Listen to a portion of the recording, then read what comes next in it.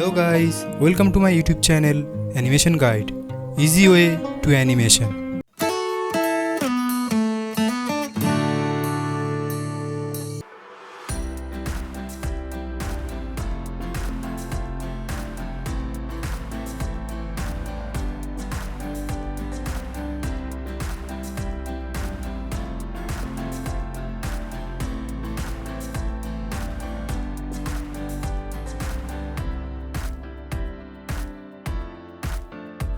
Boating animation करने के लिए सबसे पहले आप एक 2D कैरेक्टर बना लीजिए और एक बोट ले लीजिए।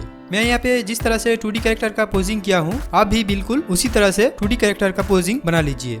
ध्यान रखिएगा, इस बोट और 2D कैरेक्टर का हर एक पार्ट अलग अलग सिंबल में होना चाहिए, तभी एनिमेशन करते समय आप सारे पार्ट का मूवमेंट दे सकते हैं। देखिए यहाँ पे मैं बोट का हर एक पार्ट अलग अलग सिंबल में रखा हूँ। अब देखिए 2D कैरेक्टर का भी बॉडी का हर एक पार्ट अलग अलग सिंबल में रखा हूँ। देखिए यहाँ पे कैरेक्टर जो लकड़ी का स्टिक पकड़ा हुआ है, वो स्टिक और हैंड के दो पाम एक साथ एक सिंबल में रखिए।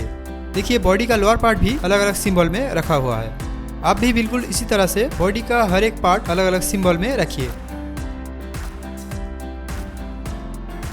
अब हैंड के अंदर जाइए और टाइमलाइन को बढ़ा लीजिए, और अब बॉडी के हर एक पार्ट के अंदर जाइए और टाइमलाइन को बढ़ा लीजिए। क्योंकि यहाँ पे शेप ट्विन यूज करना पड़ेगा, इसलिए मैं टाइमलाइन को बढ़ा रहा हूँ।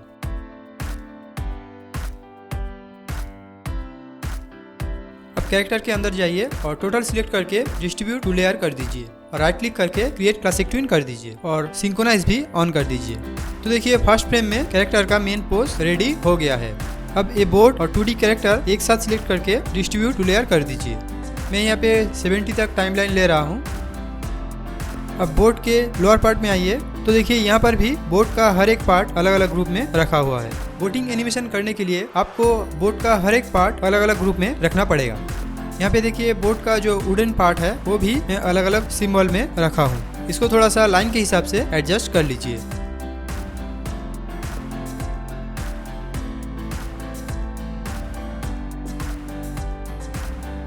अब बोट के अपर पार्ट में जाइए, तो देखिए यहाँ पे मैं एक टेक्सचर मास्किंग करके रखा हूँ। टेक्सचर कैसे मास्किंग करते हैं अगर आप नहीं जानते होंगे तो मेरा ये वीडियो देखिए। इस वीडियो में मैं एकदम डिटेल में टेक्सचर कैसे मास्किंग करते हैं वो दिखाया हूँ।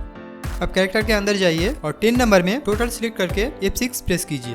अब 10 नंबर की फ्रेम में आप कैरेक्टर का नेक्स्ट पोज बनाइए। बॉडी को थोड़ा सा पीछे की तरफ रोटेट कीजिए और सामने की तरफ मूव कीजिए। हेड को भी थोड़ा राइट की तरफ रोटेट कीजिए।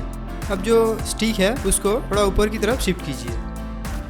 अब टोटल हैंड को सिलेक्ट करके पाइवट पॉइंट कोने में ले जाइए और इसको पाम के अकॉर्डिंग सेट कीजिए। अब लेफ्ट हैंड को भी पाम के हिसाब से एडजस्ट कर लीजिए। आगे जाकर इस हैंड के अंदर मैं शेप ट्विन यूज करूंगा, इसलिए वीडियो को बिल्कुल भी स्किप मत करना। अब स्टिक को थोड़ा सा एडजस्ट कर लीजिए। अब बॉडी के लोअर पार्ट में आइए और इसको कमर के हिसाब से एडजस्ट कर लीजिए। अब लेग को भी थोड़ा सा ऊपर की तरफ स्क्यू कीजिए और लेग के जो जॉइंट है उसको ठीक कर लीजिए।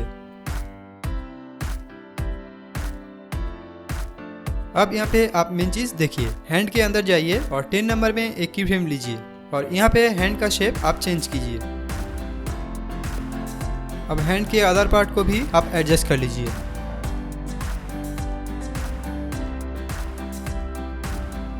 आप लेफ्ट हैंड के अंदर जाइए और 10 नंबर में एक की फ्रेम लीजिए और इसका शेप भी आप चेंज कीजिए।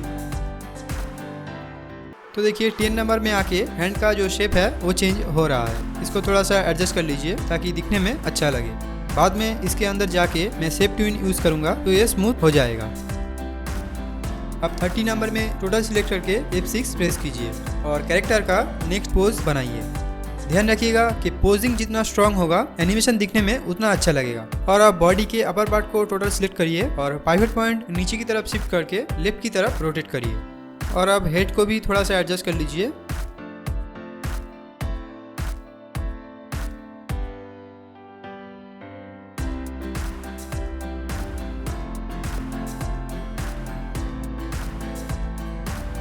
और अब बॉडी के जो लोअर पार्ट है उसको भी कमर के हिसाब से एडजस्ट कर लीजिए। इसको थोड़ा सा स्क्यू करिए और लेग के जो जॉइंट है उसको ठीक कर लीजिए।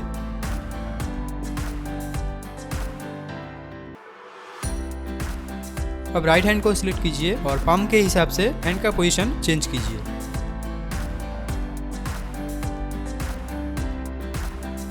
और अब लेफ्ट हैंड को सिलेक्ट कीजिए और इसको पाम के हिसाब से थोड़ा सा बड़ा करिए। अब इसके अंदर जाइए और 30 में एक की फ्रेम लीजिए और इसका शेप चेंज कीजिए।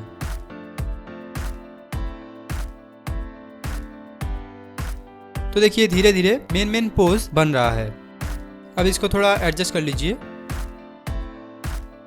अब 1 नंबर में टोटल सिलेक्ट करके ऑल्ट प्रेस करके 50 में ले आइए तो एक लूप बन जाएगा। अब 50 में लेफ्ट हैंड के अंदर जाइए और फर्स्ट फ्रेम को कॉपी करके 50 में ले आइए। और अब राइट हैंड के अंदर जाइए और फर्स्ट फ्रेम को कॉपी करके 50 में ले आइए।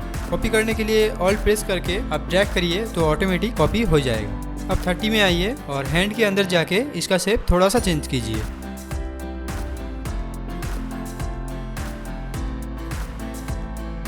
तो देखिए मेन पोजिंग कंप्लीट हो गया। अब टाइमिंग सेट करने के लिए यहाँ पे ईज इन और ईज आउट यूज कीजिए। 30 से 50 के बीच में आइए और टोटल सिलेक्ट करके 50 ईज आउट कर दीजिए। और अब 10 से 30 के बीच में टोटल सिलेक्ट कीजिए और यहाँ पर भी 50 कर दीजिए। बार बार एनिमेशन को प्ले करके आप देख लीजिए कि दिखने में अच्छा लग रहा है या नहीं। अब लेफ्ट हैंड के अंदर जाइए और जो की फ्रेम में हैंड का शेप चेंज हुआ है उसको टोटल सिलेक्ट करके शेप ट्विन यूज कीजिए। देखिए बाहर में जहाँ पर आप ईज आउट यूज किए थे यहाँ पर भी आप सेम ईज आउट यूज कीजिए। अब राइट हैंड के अंदर जाइए और यहाँ पर भी टाइमिंग सेट कीजिए। तो देखिए कैरेक्टर का एनिमेशन कंप्लीट हो गया।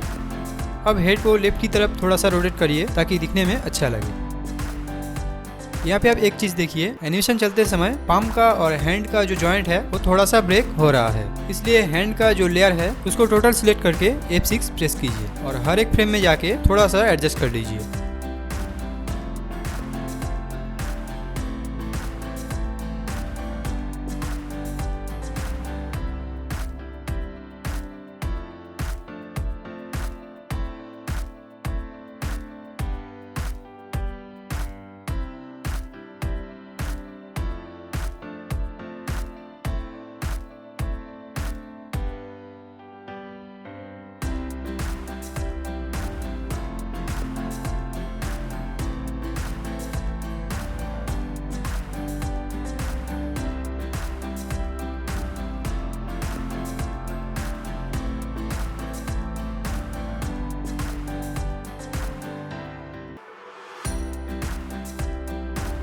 तो देखिए कैरेक्टर का बोटिंग एनिमेशन कंप्लीट हो गया। अब कैरेक्टर जिस लेयर में है उसको ड्रैग करके एक लेयर नीचे ले आइए।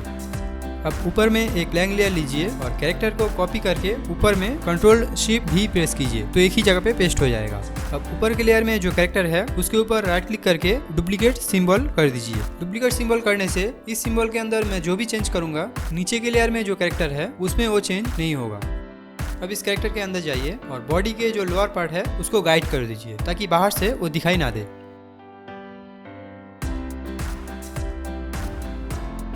तो देखिए कैरेक्टर का लोअर पार्ट बोट के अंदर है और कैरेक्टर का जो हैंड है वो बोट के बाहर है। कैरेक्टर एनिमेशन कंप्लीट हो जाने के बाद मैं यहाँ पे बोट का जो एनिमेशन है वो करूँगा। यहाँ पे आप ध्यान से देखिए क्यों मैं बोट का हर एक पार्ट अलग अलग रखने के लिए बोला था। देखिए बोट का जो फ्रंट पार्ट है उसमें जो डिजाइन है वो भी अलग अलग लेयर में रखा हुआ है ताकि मैं हर एक पार्ट में शेप ट्विन यूज कर सकूं। देखिए अब 15 नंबर में टोटल सिलेक्ट करके की फ्रेम लीजिए और इस लाइन को ऊपर की तरफ थोड़ा सा मूव कीजिए। अब ऊपर की लेयर आप ओपन कीजिए और ऊपर की लेयर में जो पार्ट है उसको भी ऊपर की तरफ थोड़ा सा मूव कीजिए। यहाँ पे वुड का जो डेप्थ है वो दिखाने के लिए मैं ऊपर में 2 लाइन लिया हूँ।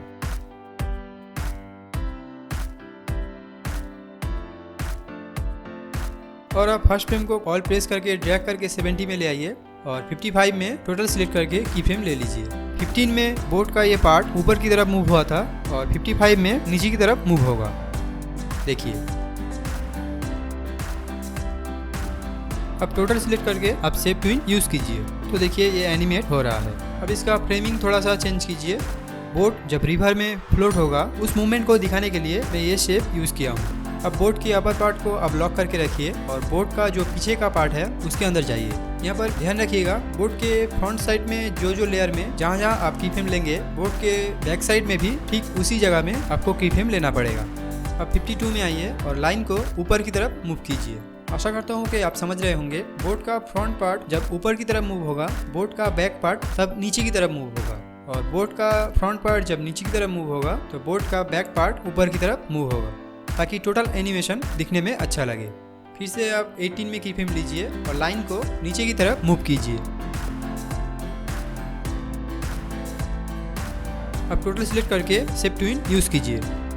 तो देखिए फ्लोटिंग एनिमेशन कंप्लीट हो गया। यहाँ पे बोट को देख के लग रहा है कि बोट फ्लोट हो रहा है। अब बोट के अपर साइड में जो ऑब्जेक्ट है उसका भी एनिमेशन कर रहा हूँ। उसके अंदर जाइए और 52 में की फ्रेम लेके बोट के जो बैक साइड है उसके अकॉर्डिंग सेट कीजिए। अब 18 में आइए और एक की फ्रेम लेके लाइन के हिसाब से इसको एडजस्ट करिए।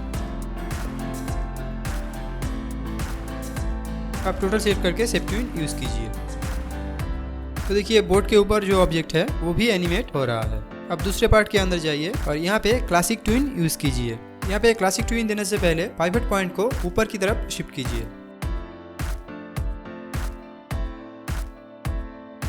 तो देखिए बोट जिस तरह से मूव हो रहा है, बोट के अपर पार्ट भी उसके अकॉर्डिंग मूव हो रहा है। अब बोट के जो वुडन पार्ट है उसके अंदर जाइए और देखिए यहाँ पे मैं सारे पार्ट अलग अलग लेयर में रखा हूँ।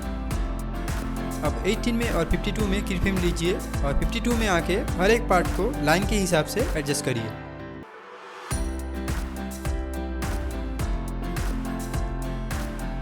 अब 18 में आइए और यहाँ पर भी हर एक पार्ट को लाइन के हिसाब से एडजस्ट करिए। तो देखिए बोटिंग एनिमेशन कंप्लीट हो गया।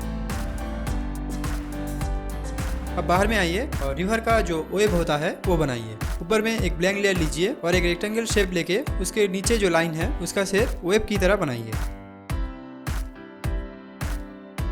यहाँ पे देखिए इस टोटल एनिमेशन को मैं 70 फ्रेम तक बनाया हूँ और एक लूप एनिमेशन बनाया हूँ, इसलिए इस वेव को भी आप एक लूप में बना लीजिए।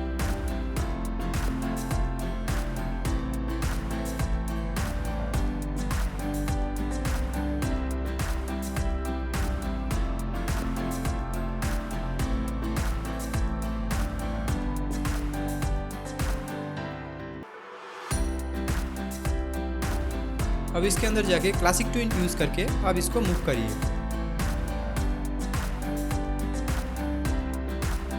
बाहर में आइए और इस लेयर को मास्किंग कर दीजिए। तो देखिए बोट का जो लोअर पार्ट है वो इस वेव के साथ मास्किंग हो गया है। अब इसको थोड़ा सा छोटा कर लीजिए पेज के हिसाब से। अब इस टोटल एनिमेशन को आप एक सिंबल बना लीजिए और इसके अंदर जाइए और 70 तक की फ्रेम ले लीजिए। यहाँ पे आप टोटल एनिमेशन को एक छोटा सा मूवमेंट दीजिए। यहाँ पे आप ध्यान दीजिए कि कैरेक्टर जब अपने स्टिक को एकदम सामने ले जा रहा है, उस फ्रेम से जहाँ तक वो स्टिक को अपने पास ला रहा है वहाँ तक ये बोट थोड़ा सा आगे की तरफ शिफ्ट होगा। और आप फर्स्ट फ्रेम को कॉपी करके 70 में ले आइए। तो देखिए कैरेक्टर के मूवमेंट के हिसाब से ये टोटल एनिमेशन हो रहा है। अब बाहर में आइए और टोटल एनिमेशन को राइट से लेफ्ट की तरफ मूव करिए। तो देखिए बोटिंग एनिमेशन टोटल कंप्लीट हो गया। तो ये था बोटिंग एनिमेशन का कंप्लीट प्रोसेस। मैं एकदम स्टेप बाय स्टेप आपको पूरा प्रोसेस दिखाया हूँ। अगर वीडियो रिलेटेड कोई भी प्रॉब्लम हो तो कमेंट सेक्शन में बताइए। इस तरह के एनिमेशन रिलेटेड वीडियो देखने के लिए सब्सक्राइब कीजिए मेरा चैनल एनिमेशन गाइड और बेल आइकन को प्रेस कीजिए, ताकि मेरा हर एक वीडियो का नोटिफिकेशन सबसे पहले आपके पास आ जाए। अगर वीडियो पसंद आए तो लाइक करिए और आपको ओपिनियन कमेंट सेक्शन में बताइए और प्लीज़ चैनल को सब्सक्राइब कर दीजिए। तो आज के लिए बस इतना ही, मिलते हैं अगले वीडियो में। बाय।